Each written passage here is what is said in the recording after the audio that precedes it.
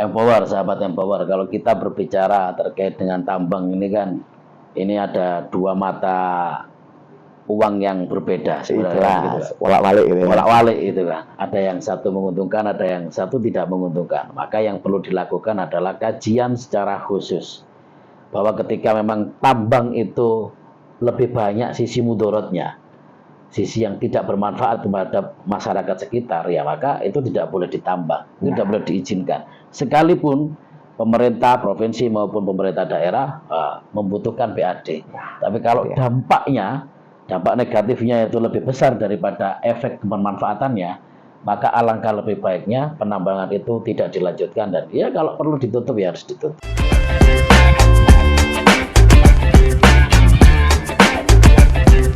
Halo Power, selamat datang di podcast Suara Rakyat. Kali ini sama Fanhar, dan gini, waktu aku dikasih tema yang mau dibahas buat episode kali ini sama Aira, sama teman-temannya, aku mikir, pajak MLBB. Nah, lapo, Mobile Legends dipajaki ini lapo gitu kan. Ternyata aku salah baca dong. Yang benar sebenarnya MBLB. Nah, MBLB itu apa? Katanya itu pajak mineral bukan logam. Biar aku nggak tambah bingung ya, biar nggak tak kira Mobile Legends lagi. Aku sudah sama Mas Azam, Multazam Zikri, Siap. anggota Komisi C DPRD Jawa Timur. Apa kabar nih, Mas Azam? Alhamdulillah baik hari ini. Untung aku akhirnya sadar, Mas. Aku mikir loh, Mobile Legends lapo dipajekin gitu, ternyata bukan. Masalahnya enak Mas, Mobile Legends dipajaki. Aku nggak main aku. Makanya ya, aku mau dikasih tema sama teman-teman. Kok pajak Mobile Legends? Terus tak baca lagi. Oh, duduk dong. Mineral bukan logam ya? Dan bebatuan. Oh, mineral bebatuan bukan logam. Mineral bukan logam dan bebatuan. Oh, apa sih itu, Mas? Itu ya kalau bahasa dulu Mas, orang-orang itu lebih kenal dengan ini Mas, galian C. Oh, alah pasir gitu ya? Pasir, batu, gitu kan. Makanya bukan logam dan bebatuan. Oh, Nah, kalau mineral yang logam itu kan nikel, batu bara, emas gitu ya? emas kan begitu itu Mas. Oh, alah. Nah, ini pasir Mas, pasir, batu, galian C lah. Galian C. Kalau galian C aku paham Mas. Makanya aku mikir, MBLB ini apa toh? Dan itu kenapa memangnya harus dipajakin, Ini Mas? istilah baru sebenarnya Mas. Jadi ini tidak ada bedanya, hampir tidak ada bedanya dengan galian C. Ketiplek sama. Ketiplek galian C. Hanya saja di tahun 2025 itu pemerintah menyebutnya MBLB. Biar Hanya apa? penyebutan aja. Biar apa, Mas? Biar anyar. keren, Mas. Dan rodok keren.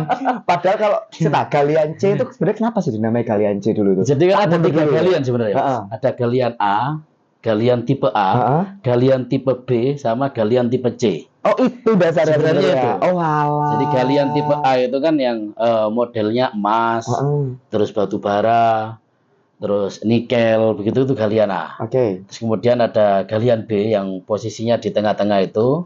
Kalau yang tadi ada gas juga sebenarnya Mas, yang di galian A.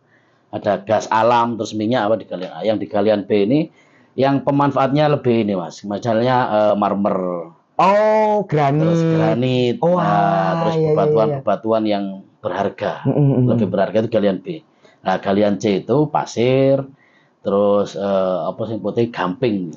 Oh, kapur. Ada lagi batu-batu yang biasa dipecah belah buat cor, buat sirtu, apa, gitu ya? begitu itu. Oh, jadi dasarnya sebenarnya diurutkan spesifikasinya. Gitu. Aku dari dulu tuh mikir, apa galian C? Ternyata aku dapat jawabannya hari ini. Diganti MBLB. Eyalah, jadi diganti ben keren sedikit. Keren video. Gak lawas, paling itu biar menjelaskan gitu loh. Kan akhirnya kan orang jadi ngerti, oh galian C itu mineral bukan logam bebatuan, kayak gitu ya. Kenapa dipajeki sih Mas? Harus dipajekin kenapa tuh? Jadi kan itu kan kekayaan negara sebenarnya. Jadi kalau kita lihat undang-undang kan segala sesuatu yang ada di negara ini, baik air dan seisinya, bumi dan seisinya itu kan kekayaan negara. Kalau kemudian itu digali, dikomersilkan, maka ya negara harus dapat impact dong dari apa yang sudah dilakukan oleh para penambang. Oh, karena ya butuh juga ya. Butuh juga. Pemasukannya juga ya. Gede toh memang Mas potensinya. Potensinya besar Mas, galian MBLB ya misalnya di Jawa Timur itu kan, buangan dari Sungai Semeru misalnya kan, terus di sungai-sungai di Pasuruan itu banyak pasir-pasir yang kualitasnya bagus. Itu kalau kemudian hanya diambil, dikomersilkan oleh pihak-pihak tertentu, baik kelompok maupun individu, itu kan sayang kalau negara tidak dapat impact dari itu. Karena yang dikeruk juga punya negara. Punya negara juga gitu. Segede apa proyeksi potensinya Mas Azam? Gede banget. Gede banget. Gede banget. Sekarang kalau kita lihat ya, bangunan-bangunan yang di kota besar lah di Surabaya. Ini kalau kita amati kan pasirnya dari mana, Mas? Oh iya juga sih. Bangunnya pakai apa gitu Nah, kan? bangunnya pakai Bener apa? juga ya. Misalnya ada Iya, iya, iya, cor-coran, iya, iya. batuan, begitu kan? Lah itu dari mana? Mm-mm. Nah, sedangkan kita tahu gedung di Surabaya ya banyaknya kayak gini, Mas. Oke. Lah itu dari mana? Kan nggak mungkin dari sungai Ngeruk apa sendiri. jenenge? Ngeruk dhewe Gak nang ono kene. mas. Di Kalimas gak ada. Nang Kalimas Gak itu. ono pasirnya itu mas. Lumpur ada ya. Iya, tukaran Iya, itu. bener. Gak salah sih itu. Berarti itu nanti akan mulai dipajekin gitu kan? Ya, Yang jadi target wajib pajaknya ya, kan kalau pasir itu kan banyak yang individu UMKM loh ya. berarti. Jadi begini, Mas. Jadi yang dikeruk dan dipajaki Hah? itu yang pertambangannya dikomersilkan. Oke, itu gimana Hasil yang definisinya? dikomersilkan itu dijual lagi, Mas. Oh, Dimanfaatkan untuk penjualan. Kalau kemudian individu nyari pasir di sungai, dibangun untuk rumah sendiri kan nggak dijual itu, Mas. Oh nggak apa-apa kalau kayak Nggak gitu. apa-apa. Karena kuotanya juga nggak besar. Sebentar mas, aku penasaran. Ada ya orang yang, wah aku kapan bangun omah, golek pasir dewe ada ya mas? Ada model begitu. Terutama daerah-daerah yang memang pinggiran sungai yang memiliki potensi pasir. Oh, wah Kalau- anyar loh ini. Iya, kalau Iya, dulu iya, ya iya. di daerah pesisir itu, Mas, di daerah rumah saya kan Hah? asli Pasuruan. Mm-mm. Depan rumah saya itu sudah laut. Dulu waktu saya masih kecil itu pasirnya masih bagus. Hmm. Kalau hari ini sudah tertimbun sampah. Ini anyar kan. Sungai bersih jarang lah. Iya, iya. Kalau iya. dulu itu pasirnya bagus sehingga ketika orang itu mau bangun apa namanya kamar mandi, Hah? mau bangun rumah, itu ngumpulin pasir di situ, Mas. Oh. Hampir tiap hari oke. bawa satu sak gitu kan, bawa Mm-mm. terus kadang pakai apa namanya gerobak kecil itu kan. Oh iya. Jadi mereka tiap sore ngambilin pasir di situ dikumpulkan di rumah. Begitu banyak baru aktivitas pembangunan dimulai. Wih, ini pemandangannya agak pernah lihat loh. Mas. Iya, sama halnya dengan di beberapa sungai di Pasuruan Oke. ya, daerah Winongan, daerah daerah apa namanya Lumbang gitu Mm-mm. kan. Itu beberapa warga kalau mau bangun rumah nyari pasirnya juga di sungai, Mas. Yuh, aku baru Jadi tahu mereka ini. nyelam ngambil pasir apa lah. Kalau yang model begitu itu tidak ada pajaknya. Nggak ada pajaknya ya Nggak kalau ada kayak gitu ya. Karena memang tidak dikomersilkan, Oke. tidak dijual dan untuk kepentingan yang lain lah. Itu kan Mm-mm. hanya untuk kepentingan pribadi. Ya. Bangun rumah apa dan sebagainya. Mm-mm. Nah, tapi kalau kemudian pasir ini dijual ke warga, digunakan untuk pembangunan rumah, artinya saya misalnya nambang pasir di situ. Nah, itu harus ada izin, Mas. Oke, nggak bisa sembarangan Nggak ya. bisa sembarangan Oke. karena maunya dijual. Maunya dijual. Ya kan, terus terutama misalnya timbunan tanah, kita udah beli lahan, terus kemudian tanahnya mau diambil untuk kepentingan tol misalnya, Ya. untuk proyek nasional. Nah itu kan juga apa namanya harus bayar juga, Mas. Harus Itu ada berarti izin korporasi juga. besar loh mas. Iya, Kalau kita bilang yang untuk membangun jalan tol, berarti kan korporasi besar. korporasi besar, Yang kecil-kecil UMKM, penambang UMKM apa istilah? Tambang rakyat nggak sih? tambang rakyat. Itu kena juga nggak? Jadi tambang rakyat itu kalau memang tambang rakyatnya berizin itu tetap ini, Mas. Selama berizin. Selama berizin. Kalau tidak berizin ya siapa yang mau ini yang bisa memonitor? Loh, ini berarti Termasuk kan tantangannya. pelanggaran misalnya Nah, kan itu dia. penambang rakyat terus mereka sudah nambang, sudah dijual untuk kepentingan yang lebih besar tapi mereka tidak berizin. Loh. Nah, ini pemerintah kabupaten harus lebih tegas untuk menindak penambang-penambang rakyat yang dikomersilkan. Pemerintah kabupaten, berarti ini mekanismenya join berarti mas? Atau gimana? Jadi kalau izinnya itu ada di provinsi, Mas. Izinnya ada di Urusan provinsi. izin. Oke. Tapi pemungut pajaknya Mhm. itu di kabupaten. Oh, yang menerbitkan izin provinsi. Ya, yang Pemungut- memungut pajaknya kabupaten. Berarti untuk penegakan hukumnya ini join ya? Join antara pemerintah provinsi dengan pemerintah kabupaten. Bisa mas. Maksudnya kan, ya itu kan butuh komunikasi yang effortnya gak gampang loh mas. Ya, kalau di Jawa Timur itu kita punya Bapenda perwakilan, Mas. Oh ada. Ada Badan Oke. Pendapatan Daerah perwakilan di setiap kota kabupaten itu Mm-mm. ada. Sehingga mereka yang berkomunikasi dengan Bapenda di setiap apa namanya kabupaten, ya gimana koordinasinya kan begitu. Oke. Itu bukan hanya pungutan pajak MBLB sebenarnya. Bapenda kita bertugasnya di situ. Itu banyak terkait pajak bangunan, pajak kendaraan bermotor, Retribusi juga. retribusi. Itu Bapenda Oke. kita berkoordinasi langsung dengan daerah, dengan pemerintah kabupaten. Sebentar mas, ketika bicara ini kan ada dua sektor nih ya. Ya. Mekanisme pemungutannya bagi hasil berarti? Provinsi, kabupaten, Udah, gimana itu bagi hasil? ada aturannya, Mas. Ada aturannya mas? MBLB misalnya, Oke. itu kan dari penambang, Mm-mm. itu kabupaten memungut 20%. Oh, kabupaten ngambil 20%. 20%. Jadi Oke. kalau misalnya harga pasir itu 1.000 misalnya ini Mas. Mm-mm. Harga pasir 1.000. Dalam satu hari putaran pasir yang dijual 10.000 kilo misalnya. Mm-mm. Itu tinggal ngalihkan. Nah, berarti 1.000 dikali 10.000 ketemunya 10 juta. Betul. 20% dari 10 juta. Nah, itu pajaknya. Oke. Nah, berarti 2 juta. 2 juta. 2 juta kan? Ya. Nah, udah 2 juta dipungut oleh kabupaten. Kemudian ada option pajak yang masuk ke provinsi. Ini dibagi, baru dibagi. Ya, Oke. 20% dari yang sudah dipungut nanti, 20% dari itu masuk lagi provinsi. Kalau misalnya tadi 20% dari 10 juta, itu kan 2 juta. Betul, itu 2 juta pajaknya. masuk kabupaten Iya. pajaknya. Heeh. Nah, dari 2 juta itu dipungut provinsi 20%.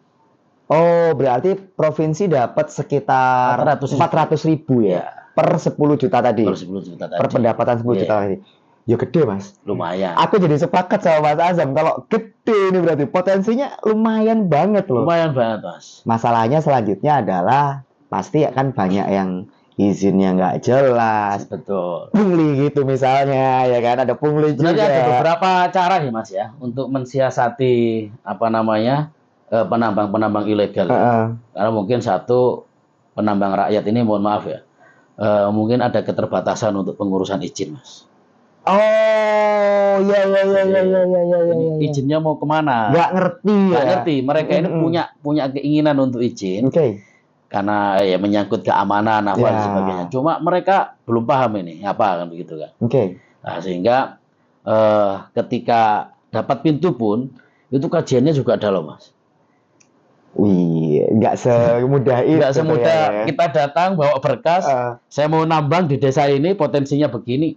Berkas ditaruh, tanda tangani, dapat izin. Nggak semudah itu. Termasuk susah juga loh ini berarti. Susah juga, Mas, karena kan mesti ada kajian-kajian tertentu apakah tambang ini nanti akan berdampak pada ekosistem Betul. sekitarnya, terus dampak terhadap masyarakat di sekitar apa kan, itu pasti perlu kajian. Loh ya kan, ternyata kayak gitu kan. Kalau ngomong penambang liar itu ternyata bisa jadi mereka gak liar, tapi mereka nggak tahu Nggak mau tahu, urus ya. isinya gimana. Soal tambang ya Bawar, apalagi tambang rakyat akan jadi semakin menarik. Kamu jangan kemana-mana, stay terus ya di episode ini di podcast Suara Rakyat.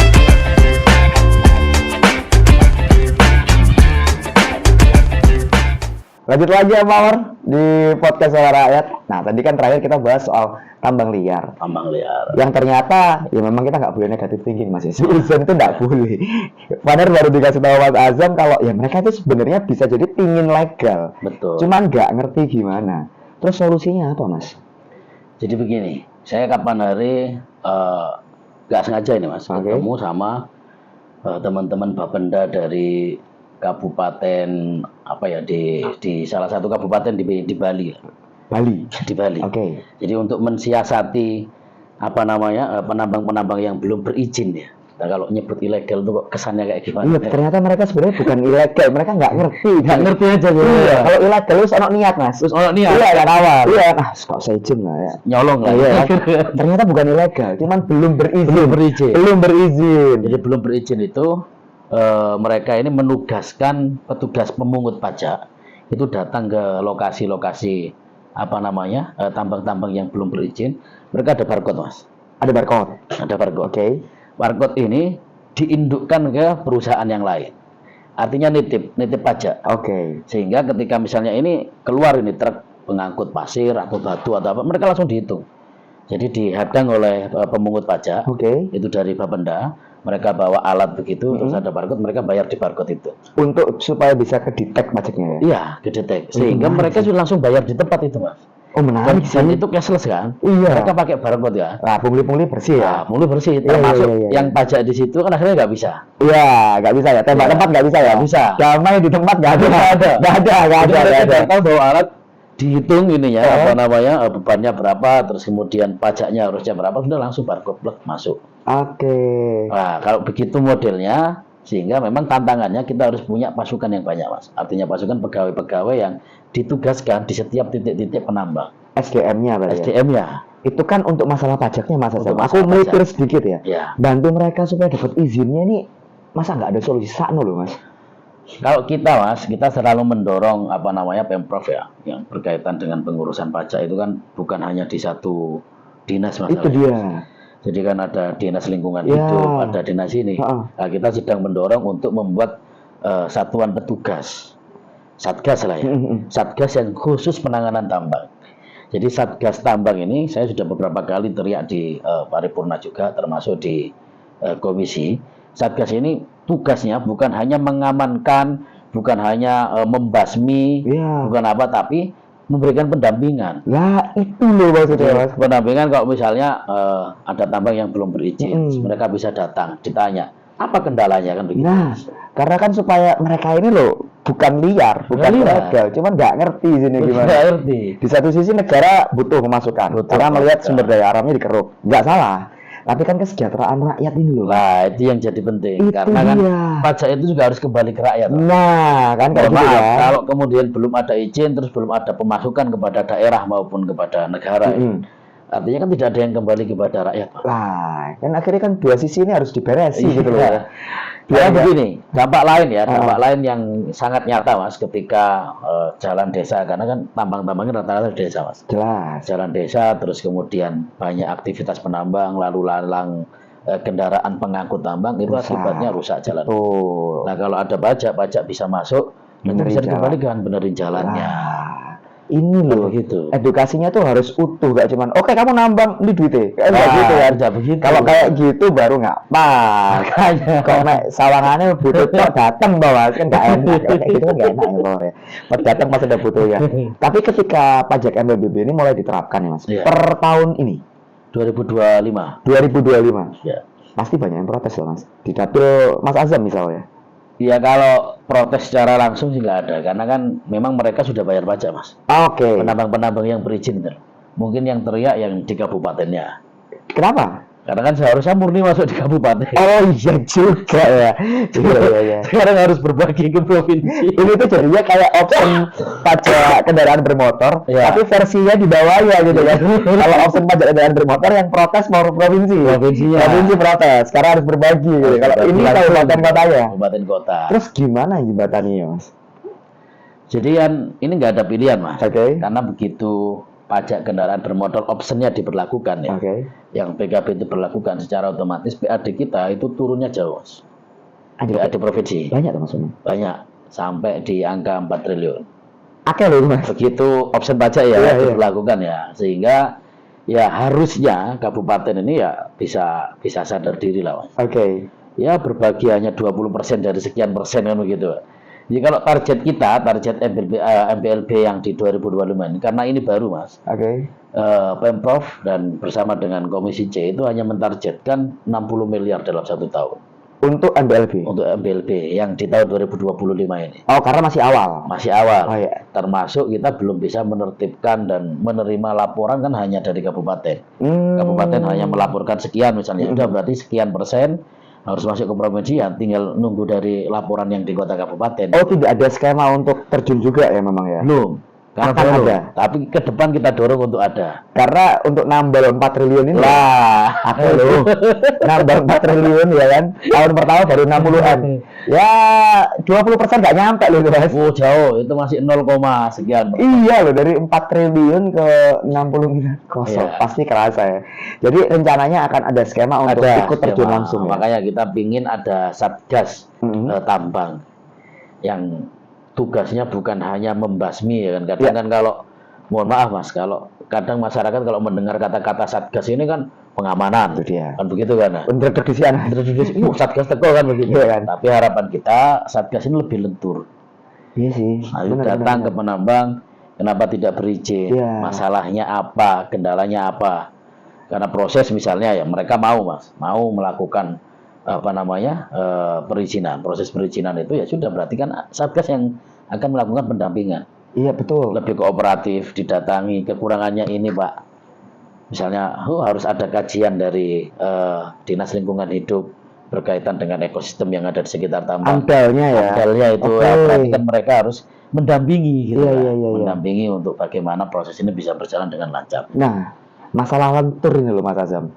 Biasanya kalau sudah ada hal yang lentur, itu ada potensi oknum main loh Mas. Aku tak belak-belakan aja ini. Iya. Pendapatnya Power biasanya Boleh. lentur. Loh, awas loh. Lentur biasanya no pungli supaya Iya. izinnya lebih beres, lebih cepat, supaya pajaknya ya ngapunten lebih murah gitu Iya. kan. Gimana cara ngawasinya kalau kayak gitu Mas? Ya, saya masih berpikir berkaitan dengan yang kabupaten yang di di Bali, Mas. Oke. Pakai aplikasi itu. Sehingga ketika pakai aplikasi tidak bisa berbohong itu mereka teman-teman yang ada di lapangan. Karena langsung Saya. terkoneksi dengan pusat. Loh, itu menarik sih. Terkoneksinya itu. Jadi Iya. yang di bawah nggak esok main-main Nggak bisa lagi. main. Iya, betul. Karena di awal misalnya mungkin butuh disurvei. Mhm. Aktivitas kendaraan yang lalu lalang ini berapa? Siap keluar. Ya. Dari situ kan ketika turun langsung bersama Satgas turun langsung memastikan oh ternyata satu hari ini yang keluar aktivitasnya rata-rata di angka 20 sampai 25 kendaraan. Kan Oke. gitu. Berarti kan setiap kali mereka lewat tinggal tempel barcode masuk. Mm-mm. Laporannya ke pusat, tempel barcode masuk. Ketika yang seharusnya 25 ternyata cuma 10. Ada apa ini? Nanti sisa rek. Ya. Kok 10 ini? Iya. Lapor, Rek. Kayak satu C, itu kan kayak satu C gitu kan. Selisihnya kemana nih gitu kan? Iya. Kan bisa diawasi dengan cara yang model begitu. Oke, ini jadi menarik. Jadi skema untuk pengamanannya pun lentur, Lentur. tapi nggak yang lentur bisa dimainin gitu Bisa kan. dimainin. Lentur ya ini untuk menolong mereka-mereka yang belum berizin. Ya Karena kan gimana, kita berbicara tambang ini kan ada plus minusnya, Mas. jelas. Kalau kita berbicara bagaimana kita meningkatkan PAD, maka ya harus dikejar. Oke. Penambang apa gitu kan ya harus dikomersilkan. Ya. Tapi kalau berbicara terkait dengan efek atau dampak negatif terhadap masyarakat, ya Betul. kita dilema juga. Lah, Kan begitu. itu loh Mas. Karena kan jalan rusak yang tadi katanya Mas Azam jalan rusak. Gimana caranya mengawasi skema pajak MBLB ini? Bener ya namanya Iya. MBLB ya, bukan MLBB ya. Aku sebut salah loh. Aku ngomong MBLB masih takut salah MLBB.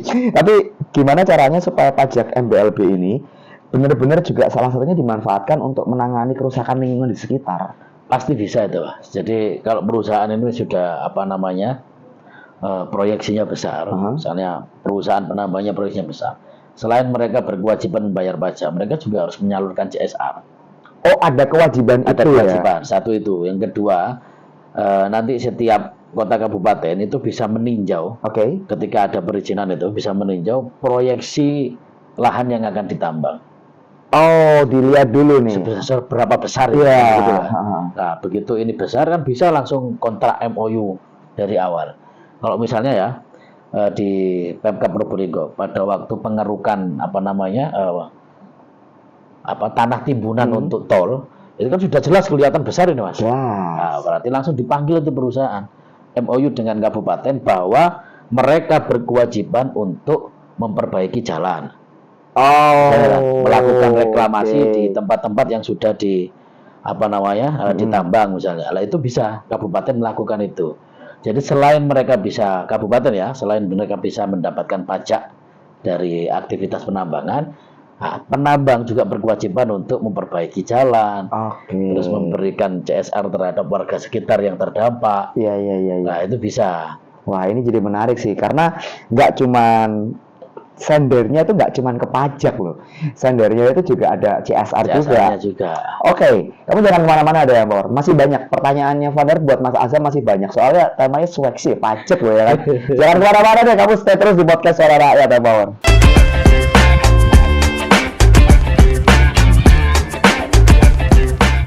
Lanjut lagi ya. Bor di podcast Suara Rakyat, memang beneran deh. Kalau bahas soal tambang ini seru.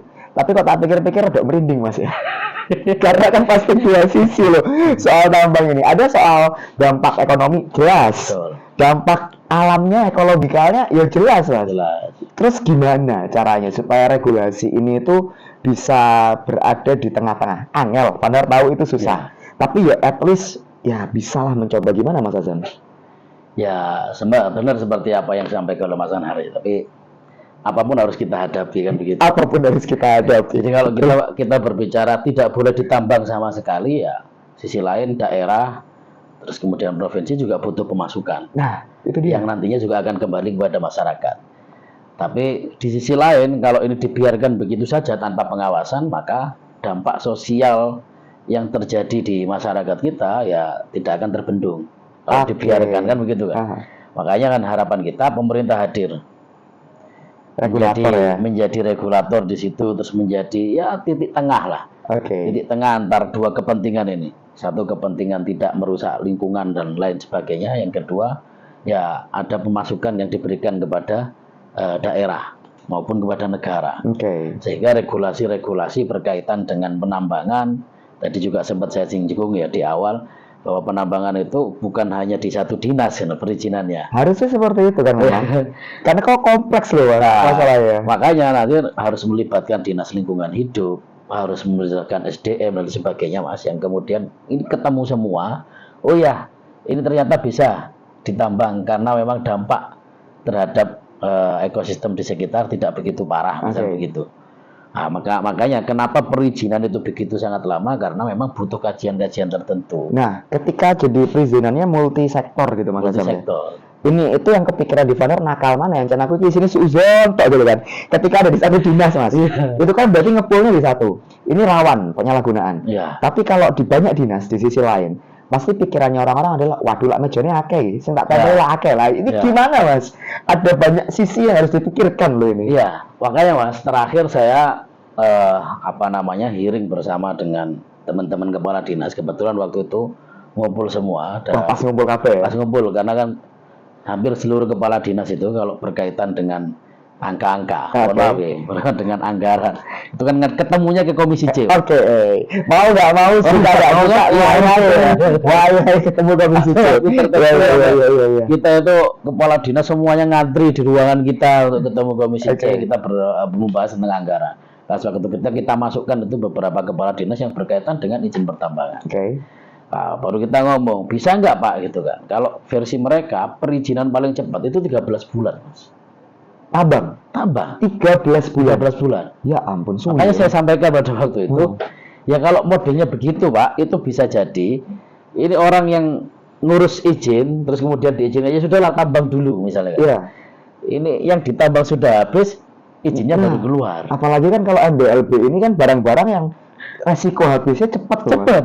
Beda sama emas. Beda. Iya dong. Iya. Yang ditambang wis entek izinnya baru ono. Apa terus? Terus kayak ya makanya itu kan izin itu kan izin tambang itu kan pasti berbasis wilayah ya. Memang makanya saya minta kepada teman-teman yang terlibat ya, kepala dinas yang terlibat, buatlah tim khusus Oke.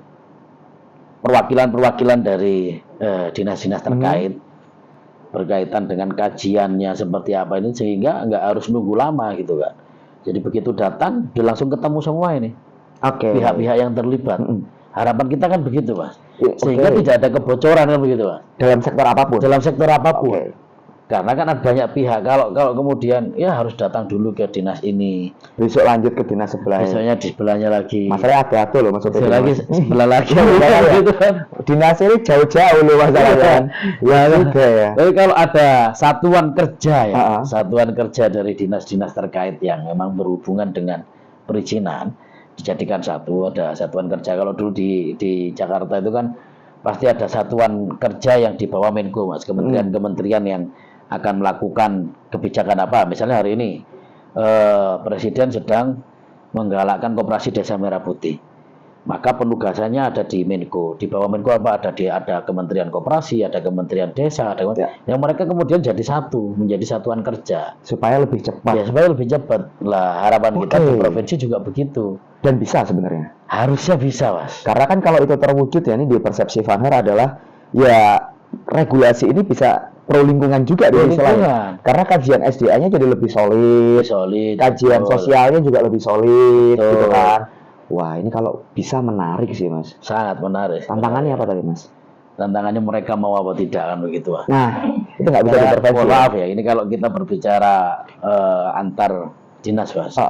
Jadi kan kecemburuannya luar biasa. Alah, ya. Tahu sendiri lah. Ego sektoral ya. Ego sektoral. Kita kan terus mendorong saja kan begitu kan. Karena kan kita kan di lembaga legislatif. Ya. Mau kita mau turun sendiri ya bukan ranah kita kan begitu. Jelas. Makanya kita mencoba untuk memberikan alternatif. Saya sampaikan pada itu 13 bulan itu sangat lama. Suwi, Mas. Bahasa mereka ini paling cepat, Pak. Kok bisa? Kok bisa 13 bulan itu handphone lunas loh, Mas. Coba bayangkan. Makanya itu udah paling cepat. Sempat saya singgung waktu itu. Itu kalau saya misalnya beli motor, Pak, nyicil 1 tahun sudah lunas. Lunas makanya.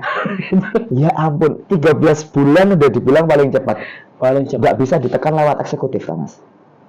Ya, harapan kita kan, makanya kita sampaikan beberapa kali kepada gubernur, Pak. Ya kalau kita memang pinginnya baik, ada niatan baik untuk memperbaiki bagaimana perizinan itu, ya harusnya ditata ulang. Tidak kemudian satu persatu didatangi. Kalau sementara ini kan satu-satu didatangi, Mas. Effort itu. Iya, misalnya berkaitan dengan, oh iya ini kita mau ngomong AMDAL, datang lagi ke sana. Mau datang lagi ke sana. Astaga. Jadi kalau karyawannya banyak enak, bisa langsung bareng ya. Iya. Karyawan perusahaan yang kecil ya. Betul. Oke, bareng semua datang. Iya. 3 orang 4 orang kan datang ke sini, datang ke sini, belum lagi revisi. Nah, belum lagi ini yang begitu. belum lagi kok tambangnya ada di Probolinggo katanya. Saya. Nah, PP dia. PP tiap hari remek.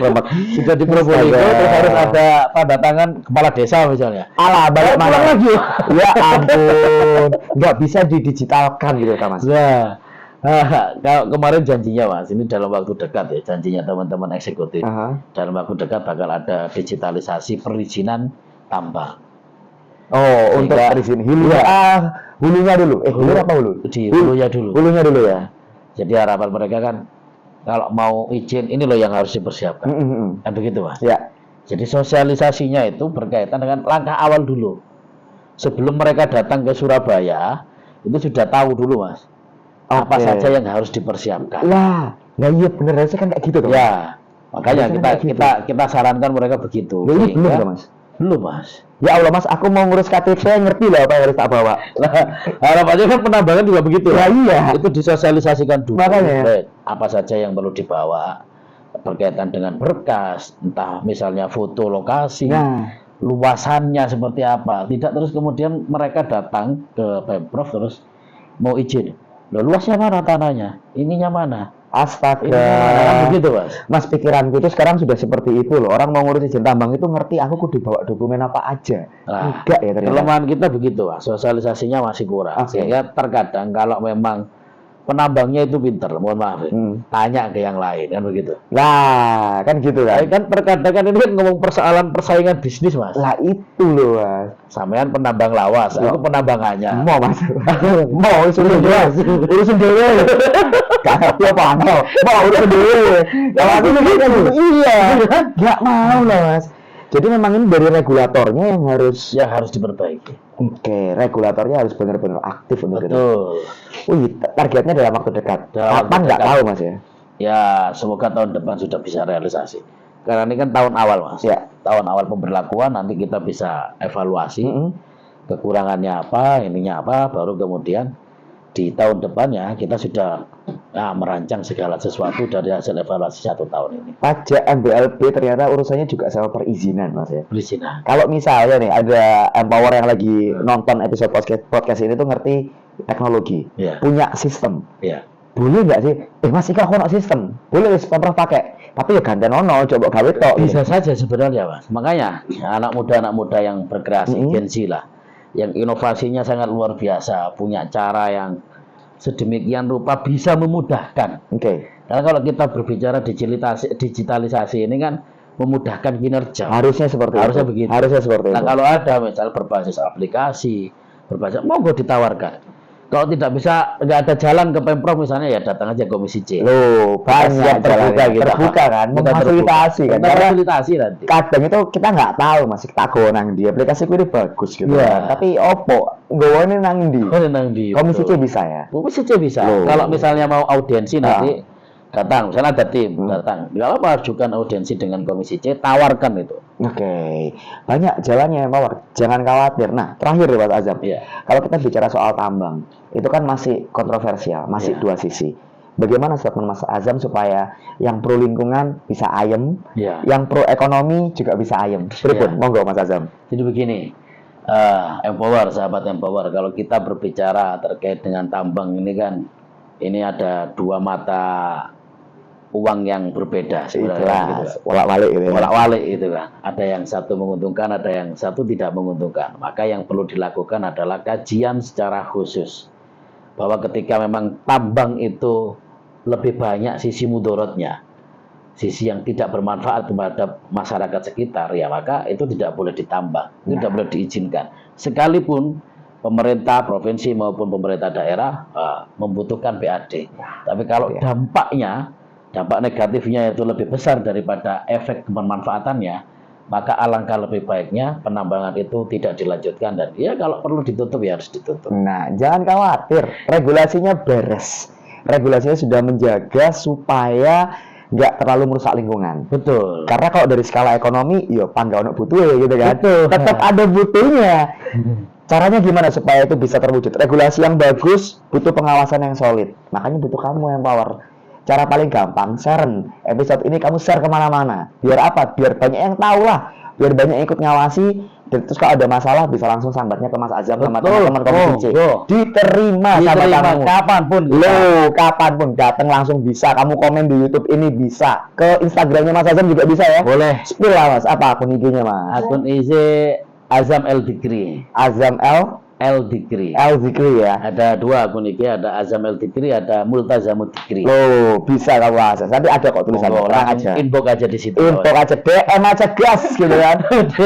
Jangan lupa juga kamu klik tombol like sama subscribe biar kamu tahu episode podcast Suara Rakyat selanjutnya ada apa lagi, ada rame-rame apa lagi. Thank you, Mas Azam. Siap. Input yang ngeri sedap soal tambang, tapi jadi mencerahkan bahwa tambang itu keywordnya adalah dia tidak melulu jelek, tapi juga ada sisi positifnya. Ya kan, hidup itu pasti dua sisi. Thank you sekali lagi. Terima kasih. Power pamit dulu ya, Power. Mas Azam juga pamit. Siap, pamit. Kita ketemu lagi di episode podcast Suara Rakyat selanjutnya. Have a good day. Bye-bye.